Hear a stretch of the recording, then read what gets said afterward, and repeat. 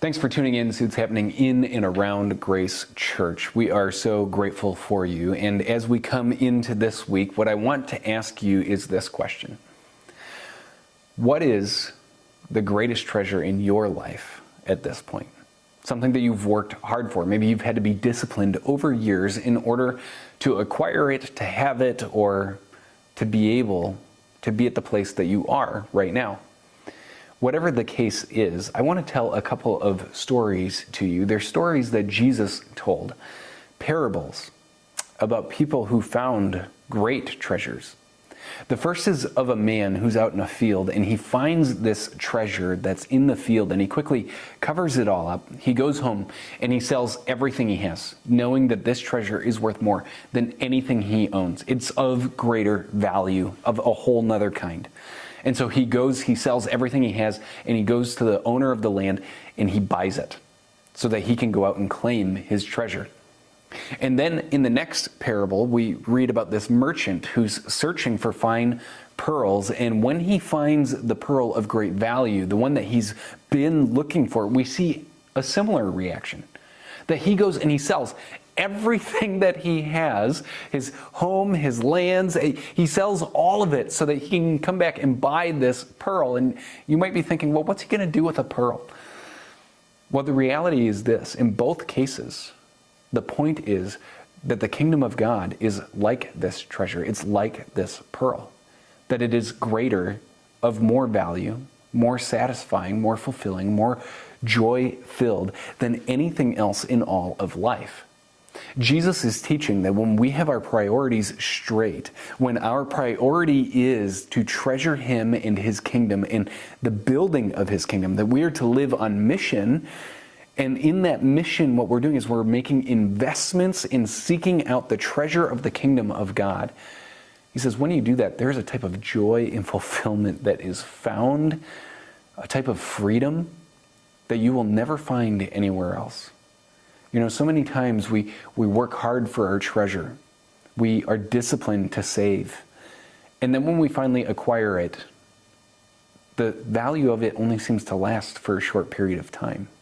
It doesn't take long before our appreciation for it decreases and we move on to the next thing that we're looking for. Here's the thing.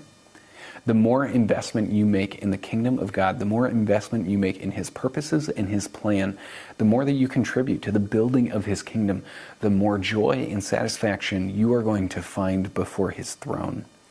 And the more that you're going to resonate with the King of Kings and the Lord of Lords as He speaks to you through His word. In the last several weeks, we've been talking about Saul, and we've been looking at some of the positions he's put in, that he's constantly put in this position where he's really being asked this question, Saul, are you going to build up your own kingdom, your own reputation, and your own purposes and plan? Are you going to do what you think is best? Or are you going to submit to God and follow His lead? You see, Saul is one of the few characters in the Bible that we should put ourselves in his shoes. And we should ask those same types of questions. We should ask, where are we at? Am I someone who is in purity, worshiping the Lord with everything that I am? Or am I withholding from God?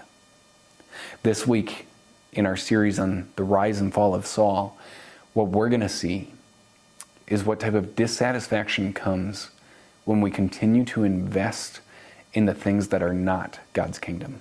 When we continue to invest in all of the areas of life that might be good and wise investments, humanly speaking. But when we talk about spiritual reality, the fact that our physical world is run by the spiritual reality of life, the only place to continually make sacrificial investments is in God's kingdom. So I want to encourage you to listen carefully this week and to consider, are you worshiping God with all that you have? Are you moving toward Him and making every effort you can to grow in your faith, to build others up, encouraging them in their faith, in proclaiming boldly the gospel message of Jesus that our community so desperately needs to hear? We're excited to worship the Lord with you on Sunday, and we are praying that God will give you clarity of direction and vision, and that you will move towards Him day after day. We'll see you on Sunday.